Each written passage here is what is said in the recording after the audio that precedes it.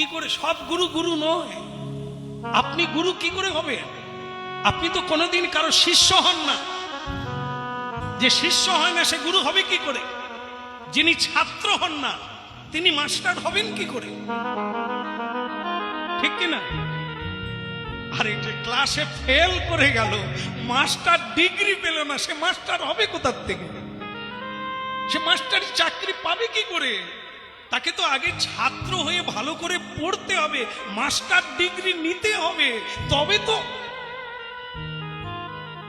তাই জন্য মা ভালো মেয়ে হলে তবে তো মা হবে। আগে ভালো মেয়ে হও, কুমারী বেলা মানুষকে প্রণাম করো, বিষ্ণুর পূজা করো, সৎ আচরণ করো। ভালো মেয়ে হলে ভালো মা হবে, ভালো ছেলে হলে ভালো বাবা হবে। তা ভালো শিষ্য হলে তবে তুমি গুরু হবে।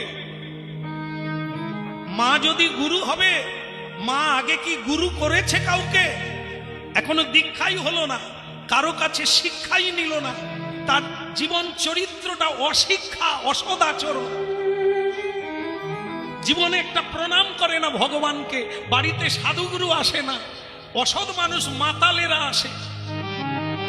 হ্যাঁ, এখন দেখবেন এই পূজা পার্বণে আত্মীয় স্বজন পেটি ভরে কি বলে বোতল নিয়ে ঢুকে গেল। এরা হচ্ছে বোতল কোম্পানির লোক।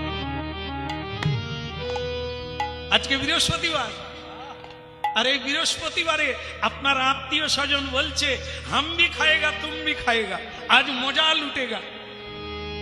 ভালো দিন আছে আজকে, খায়েগা, খেলে কি হবে? পাপ হবে। ওরে মানুষ তো, পশু তো নয়। একটু সংযমী হ, কালকে খা, আজকে খাস না, লক্ষ্মী ছাড়া হয়ে যাবে। টাকা পকেটে থাকবে, জীবন ফাঁকা হয়ে যাবে। মান মেনে চললে তোকেও মানবে লোকে। তাই জন্য ভক্তমন্ডলী মায়েরা জানতে হবে, না জানলে জীবন ফাঁকে পড়ে যাবে। তাই যে মা জীবনে গুরু কি জিনিস জানে না, তিনি গুরু হবেন, তার সন্তানকে কি শিক্ষা দেবে? এখানেই দেখুন, এখানেই তাৎপর্য আছে। এইখানে আমি দেখছি কি অনেক মা আসছে, অনেক বাবা এখানে আসছেন হরিনাম শুনতে। তাদের ছেলে মেয়েকে ঘাড়ে ধাক্কা দিয়ে আগে প্রণাম করাচ্ছে, এই জায়গাটায় প্রণাম কর। আর অনেক মা আসছে নিজেও প্রণাম করে না, আর তার কোলের বাচ্চাকেও প্রণাম, যেমন মা তেমন। তার গুরু নাই, সে কোনোদিন সাধু সঙ্গ করে না, এই সৎ আচরণটা জানে না।